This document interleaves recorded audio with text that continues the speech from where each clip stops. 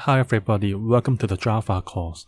When we learned primitives already, we can make use of the primitives that we learned to create our own data types.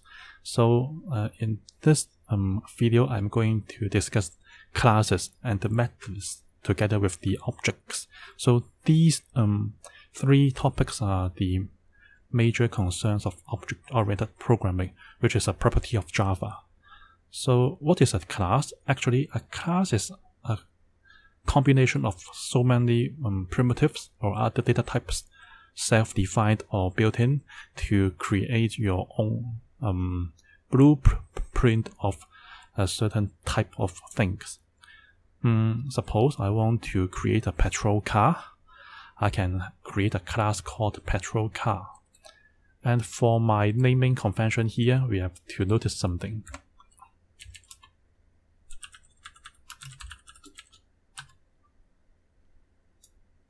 For the class names, which is a petrol car in my case,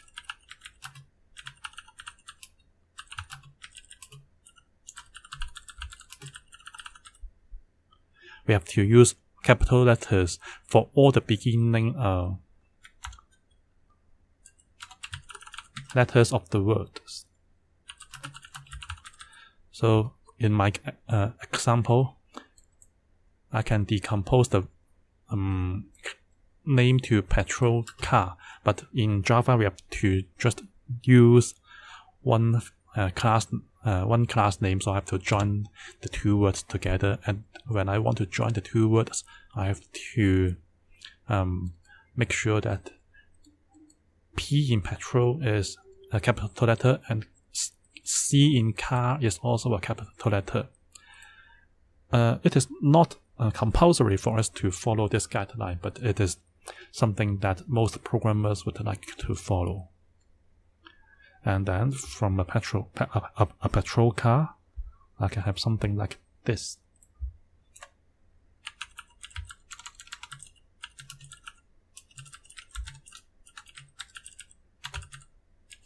I can have value to store the distance traveled for that petrol car.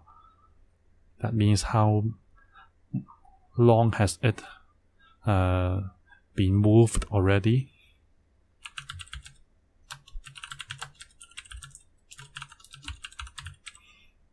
I can also have another variable called cylinder volume to indicate the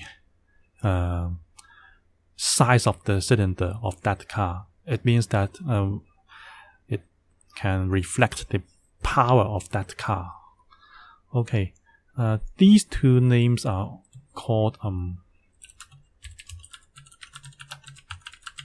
instance variables of the objects created from the class called petrol car. And when we want to name the instance variables, we have to follow the convention called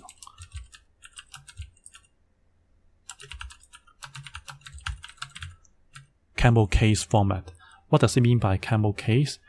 It means that the first character of the first word is a small letter, and then when we want to combine another word to the variable name, the first character of the second word onwards have to be a capital letter. So it is just like the humps of a camel. Same for cylinder volume. The first letter of cylinder is a small letter, and then the first letter of volume is a capital letter. So instance variables are going to describe the property of the object coming from this class. We will generate an object later, so we will talk about this issue more deeply later. And when we want to really generate an object from this petrol car class, I have to create a constructor. And how can I create a constructor? I can make use of the instance variables defined. So let me see an example.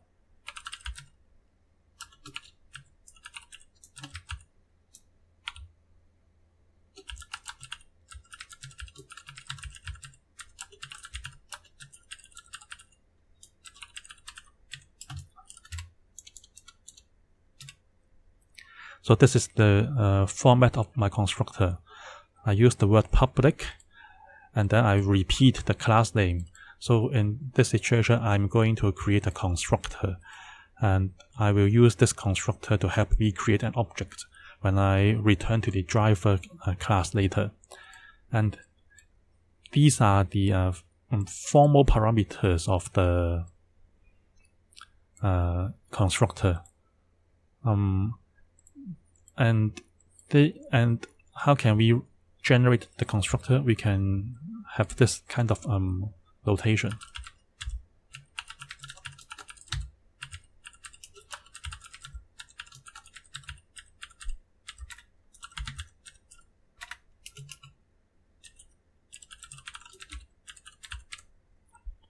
Okay, the keyword this is about the object. So I'm going to put the value coming from the parameter list to the instance variable. So we have to use the keyword this in order to put the value coming from the constructor to the instance variable of the class declaration. Same for cylinder volume. The keyword this is necessary when we have the same name for the formal parameter and the instance variable.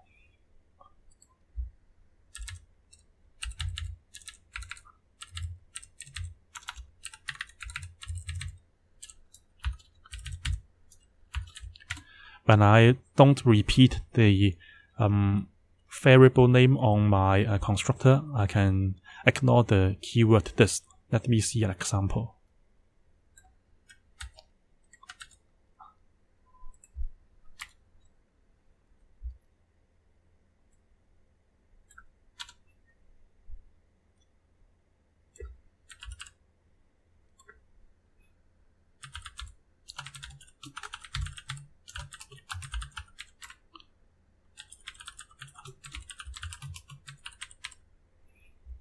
Okay, if I use another name for my formal parameters, I don't need to use the keyword this.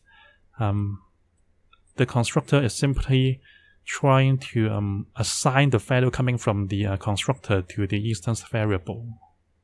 Same for the cylinder volume. I put the value obtained from the constructor to the cylinder volume instance variable. So we have two ways of setting up our constructors. If we have to use the same name for the formal parameter and for the instance variable, we have to use this keyword. Otherwise, there will be some confusion.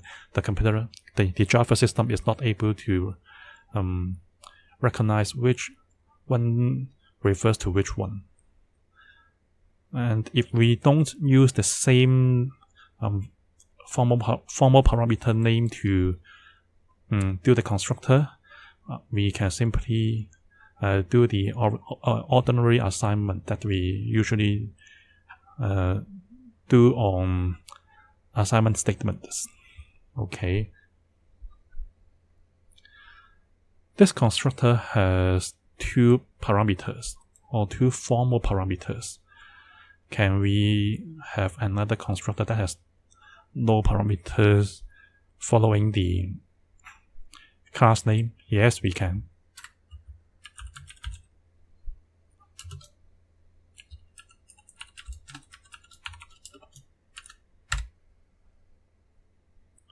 So I'm going to have a constructor with no parameters.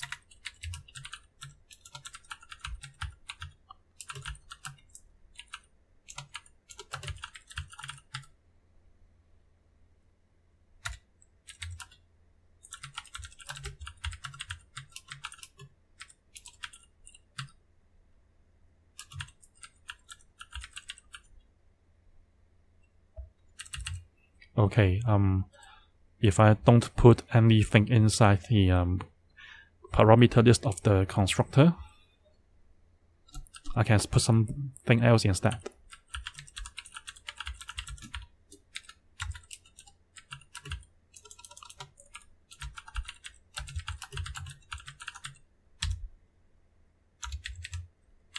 Okay, this constructor is not putting some values coming from the user input to the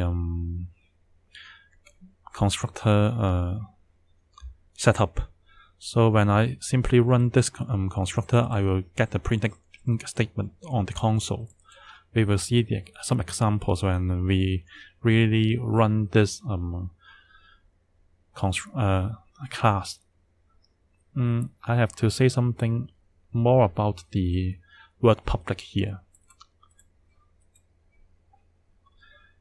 Public here means something like this.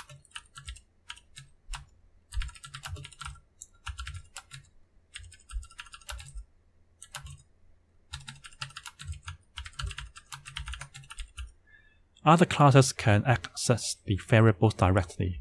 So we will have a driver class, and this driver class is able to access all these things, both constructors together with both instance variables. So, we will see how we can access these things when we go back to the driver class, which is the place for us to call the class and create objects from this class. And then we can set up some methods for the objects of this class.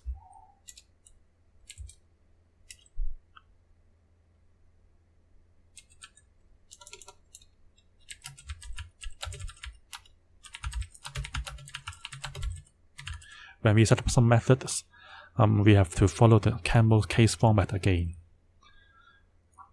And let me go back here first.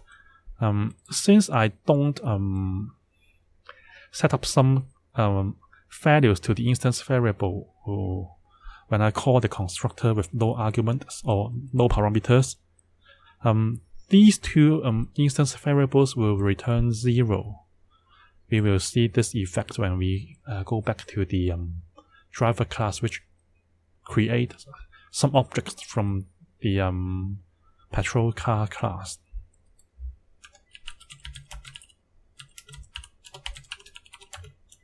I can tell the car to move.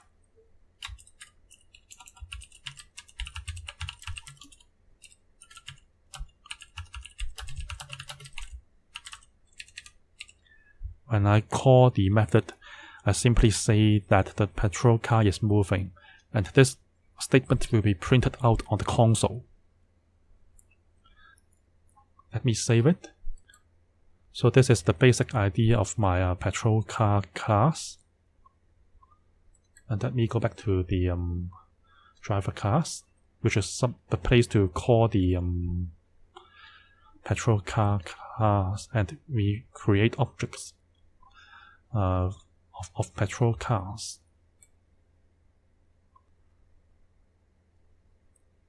Okay, how can I make use of the driver class? Let me try to construct an object from the patrol car class.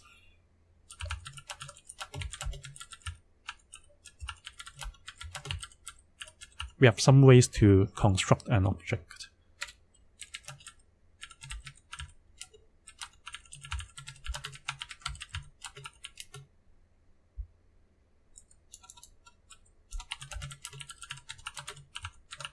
We can declare a variable which is going to represent the object that we are going to create.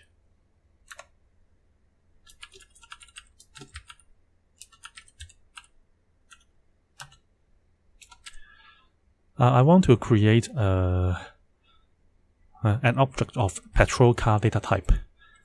So this kind of assignment statement is quite similar to what we did for primitives. Instead of using primitive data types, we use user-defined data types as the beginning of the assignment statement.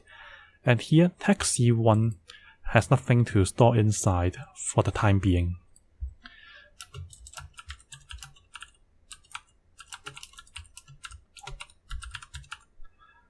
The variable called text C1 is actually a reference variable. In Java, when we want to store some objects in a variable, we don't really do so directly. Instead, we create a variable to store the reference of that variable. And we will see what does it mean by a reference later. So for now, this reference variable has nothing to be put yet. That means this text C1 variable is not going to represent any of the objects for now.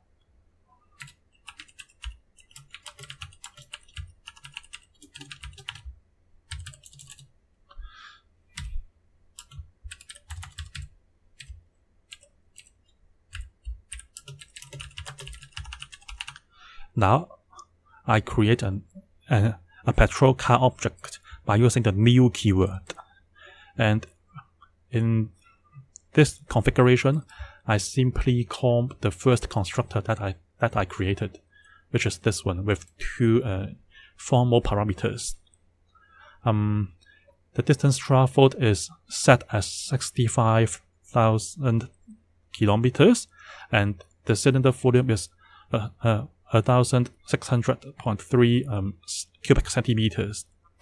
So when I have the new keyword, it means that I really create an object in my memory system, and the reference variable text C1 is storing the reference of this object. Or we can say that the variable text C1 is going to point to the object that I created using this constructor.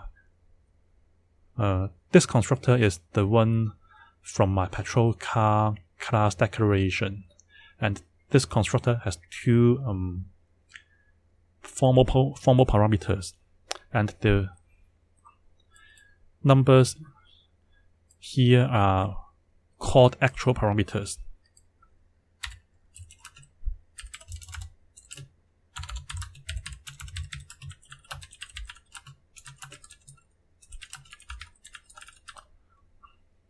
And for the class declaration,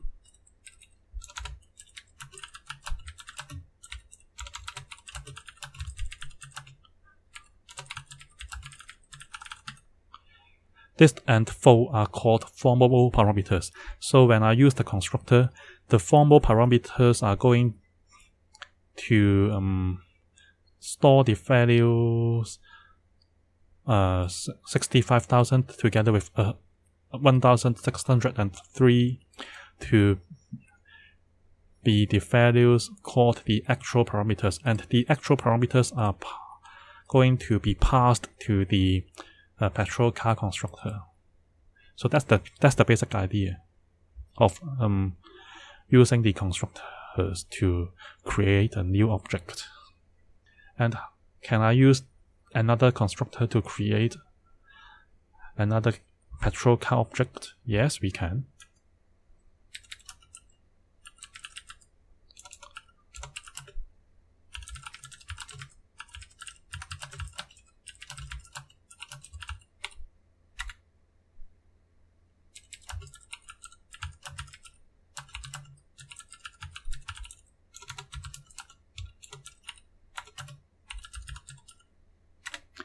The other method is like this.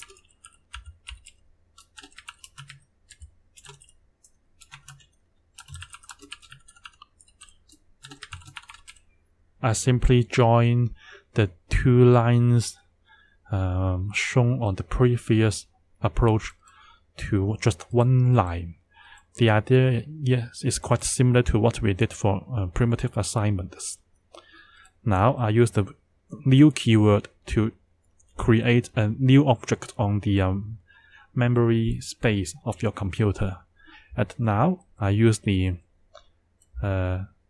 the constructor with no formal parameters.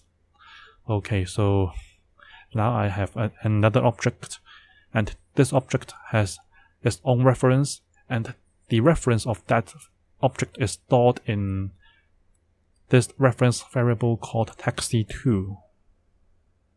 And we have to notice that all the objects are constructed at runtime.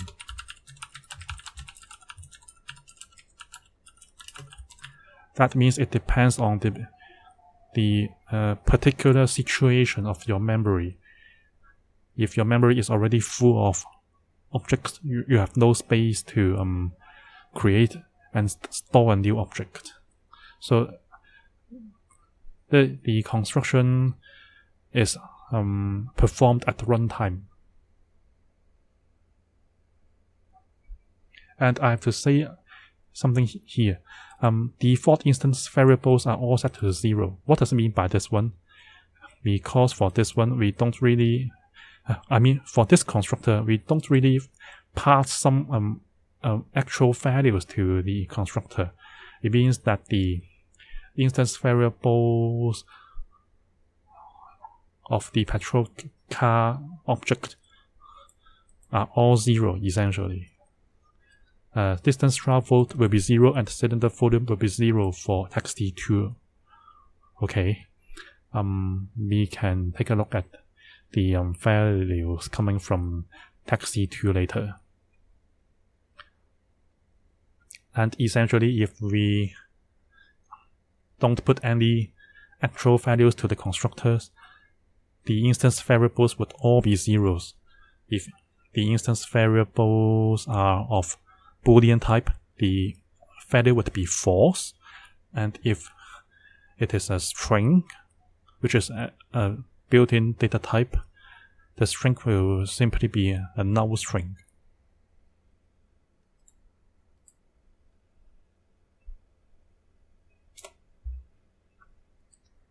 And then I can tell taxi1 to move.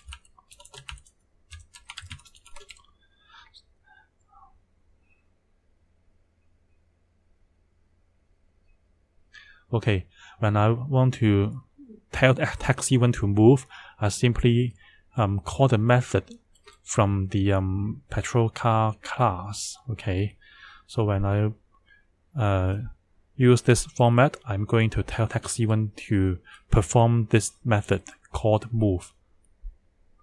Let me save it and run it. I save both Java files, and when I run it, I will run the driver class, because the driver class has the main method. Okay.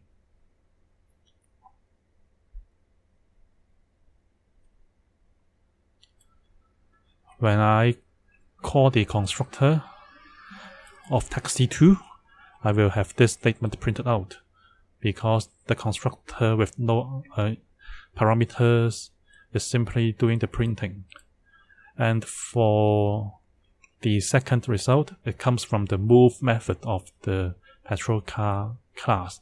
So when I tell taxi1 object to move, I simply print out the statement in response to the calling action from the driver class. And then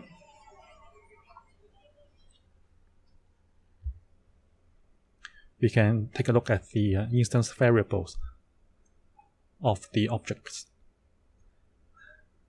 Because we set the instance variables to be public, I can access these instance variables directly from the driver class.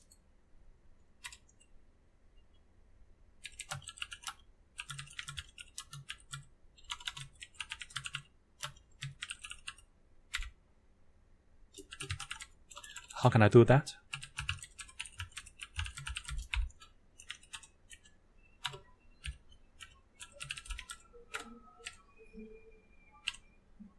Okay, one approach is like this. Taxi1 dot distance traveled. So I put the reference variable of the object first, and then I put a dot, and then I put the instance variable name. So let me run it. Yes, I can get the distance traveled for taxi 1, which is 65,000 kilometers. Okay, the actual parameter is used to create a patrol car object, and that patrol car object has a reference variable called taxi 1. And I simply follow this approach to print out the instance variable of an object pointed to by taxi 1 instance variable.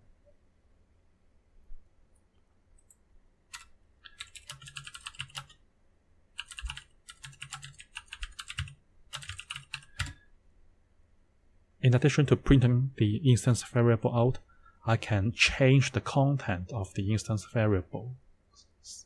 How can I do that?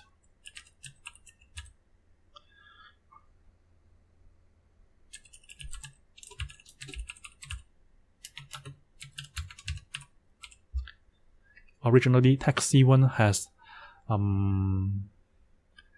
the cylinder volume as 1,600.3 cubic centimeters. But now I can set the cylinder volume of taxi 1 to become 1,507 cubic centimeters. That means I can change the value of an instance variable by using this pattern. Reference variable name dot instance variable name. So we follow this format to change the value of an instance variable. Why can we change the instance variable value? Because the instance variable is set to be public. That means other classes can access them directly. Let me run it. This value cannot be shown because I didn't print the cylinder volume out. Let me do so now.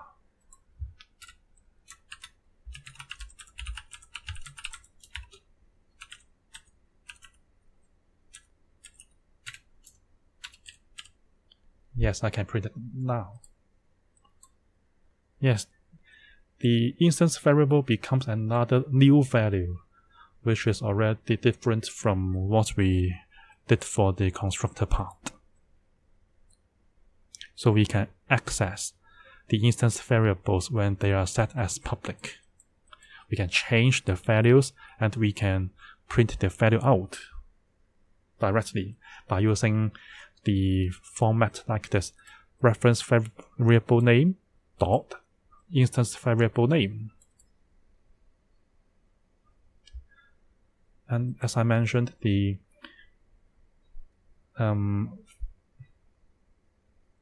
instance variables for taxi2 are all zeros. Let me print it out to verify it.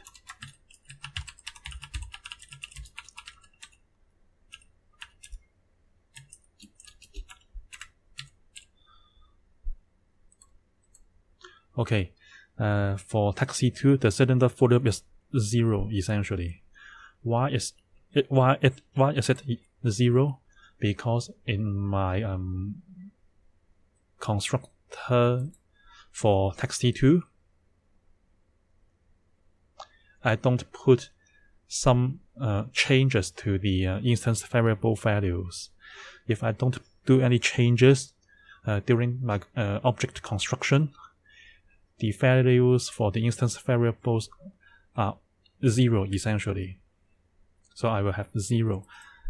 Why 0.0? Because cylinder volume is set to be a double value.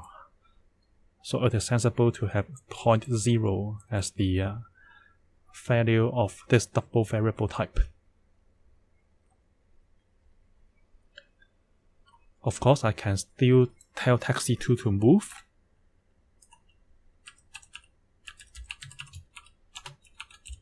The pattern is like this: reference variable name dot method name, and we have to put parentheses following the method name, because we can sometimes put some parameters into the methods.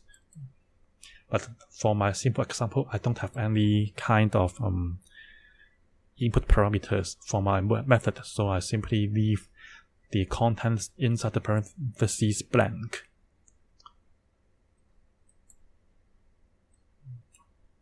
Okay, the second printing statement here means that task C2 is able to move.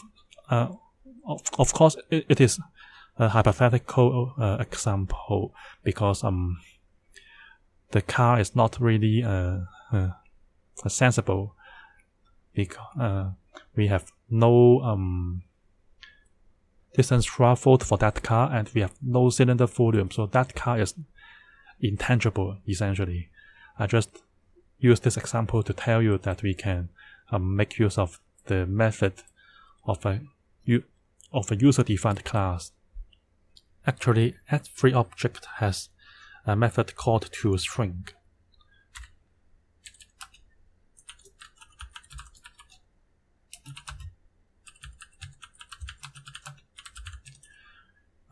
We have a toString method to describe the object.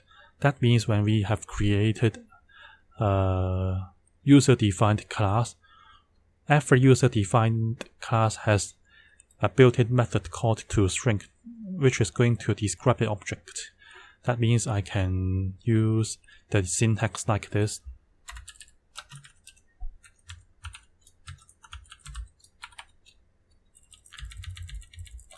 xc1.toString to describe the object. So we will investigate how we can make use of the toString method to describe the object.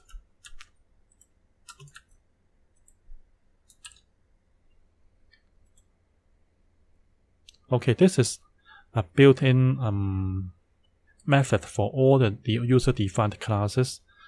So if we simply adopt the toString method given by the built-in functionality, we will have the reference to be printed out.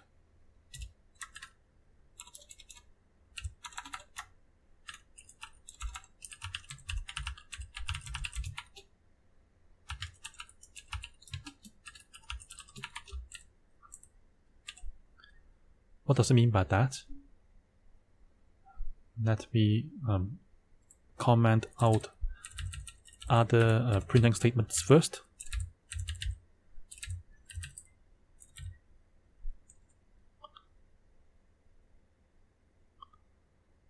Save it, run it. Okay, when I run the toString method of text C1, I will have this thing coming out. This part is the class name, and we have an @sign, and after the @sign we have a set of numbers or symbols. This is known as the hash code, and the class name together with the hash code is able to help us locate the object in our memory system. So this is something known as the reference of the object pointed to by text C1. Okay, so when we have this pattern, we can search for the text C1 object in our memory system. And if we don't use the word toString, we can still print out the reference.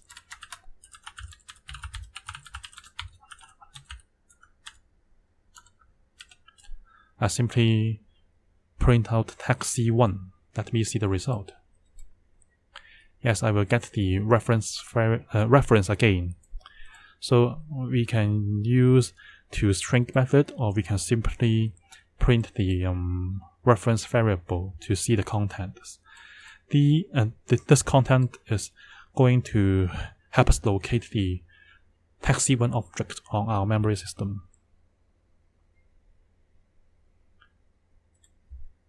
So we can say that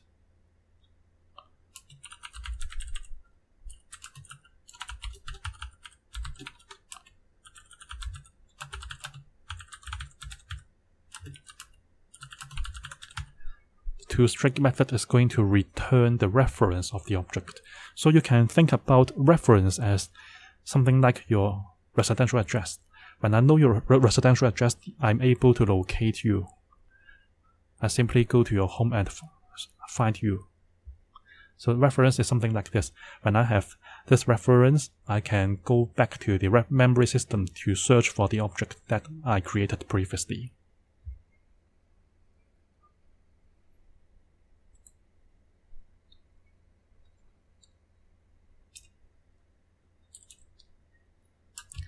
How about creating my own toString method? Yes, we can do so. We can do so because it is not that meaningful for us to know the internal storage name for my object. We can change the toString method to produce some more meaningful output for humans.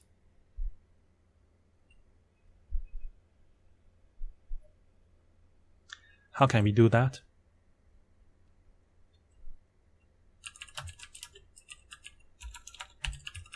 We can override the original toString method. What does it mean by that? If we don't put the toString method in our patrol car class, we simply use the one given by the built-in functionality of Java. And this built-in functionality will give us the reference of an object. If I want to create my own toString method, I need to override the original toString method given by the system. So how can I do that? I can create my own toString method in my patrol car class.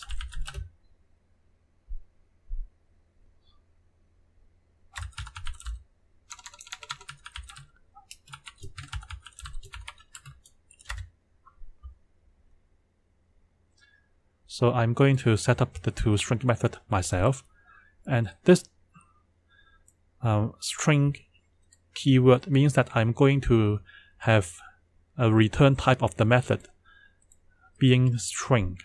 So I'm going to give a string as the answer coming from the toString method. To be more precise, string here means a string reference. So actually, the toString method doesn't give me the string object directly. Instead, it gives me the reference to the string that I'm going to print out.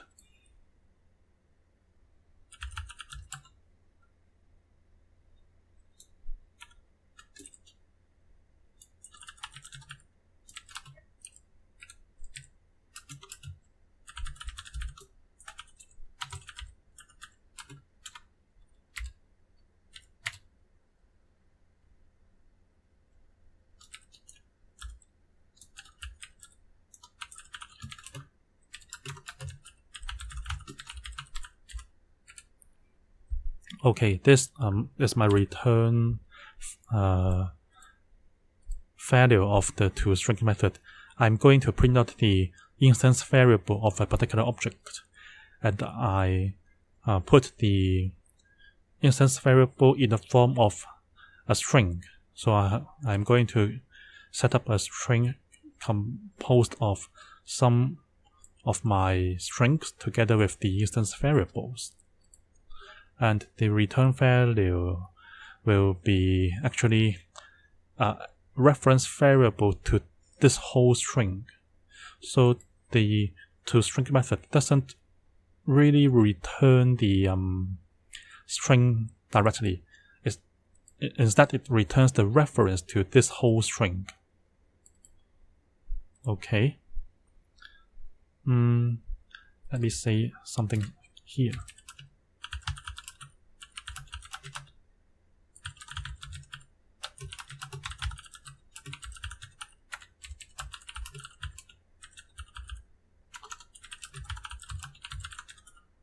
So this summarizes my discussion here. return type is a reference to a string object. So it is not returning the actual string object. It is simply returning the reference to that string object. Okay, when I save it, I can run the toString method again.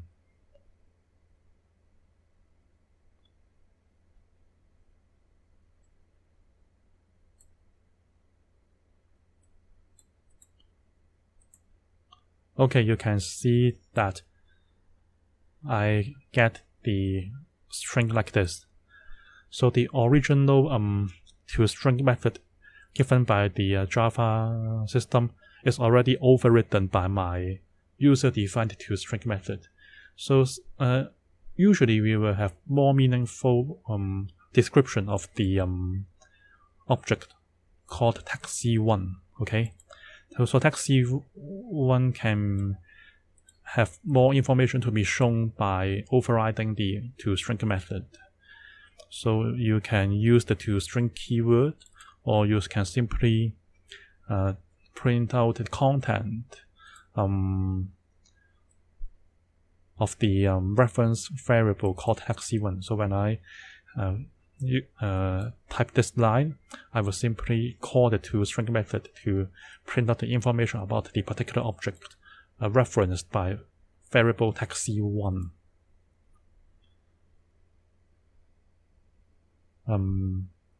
Okay.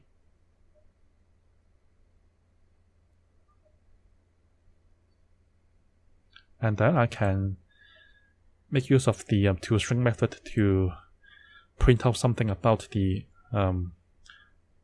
taxi2 object that has been already created.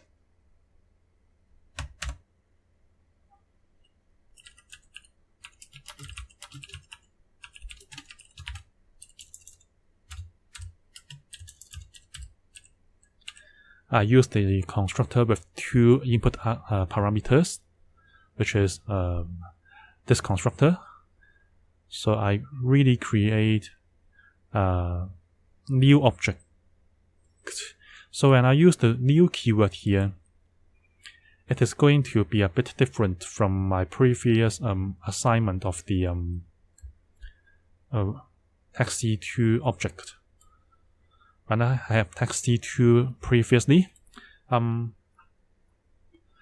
create a new object. But when I use the same reference variable to store the reference of a new object, I will have some situation like this. The original object created with no input parameters is actually an orphaned object. This reference variable is already pointing to a newly created patrol car object. So the original patrol car object with no input parameters is already orphaned. It is no longer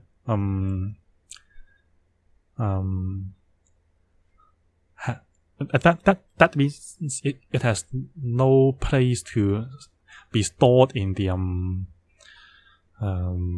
memory system. So we can say that the object created previously is already orphaned. So according to Java, we can eliminate this object by means of garbage collector.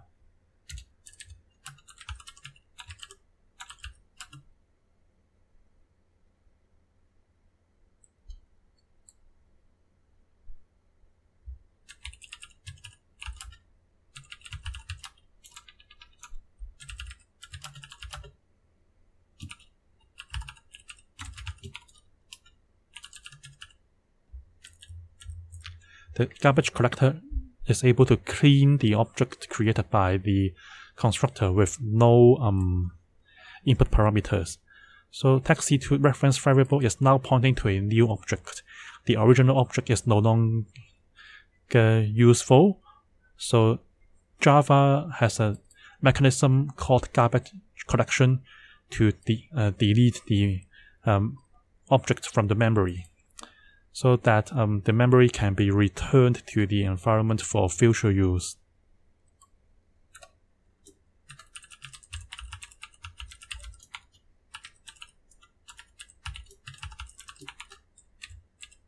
when I print the content about the reference variable called taxi2,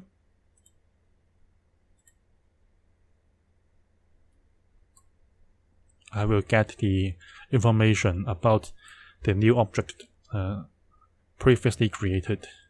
So the original object with no input parameters is already removed from the memory. The system has only two objects. One is pointed to by a taxi1, and the other one is pointed to by the taxi2 reference variable.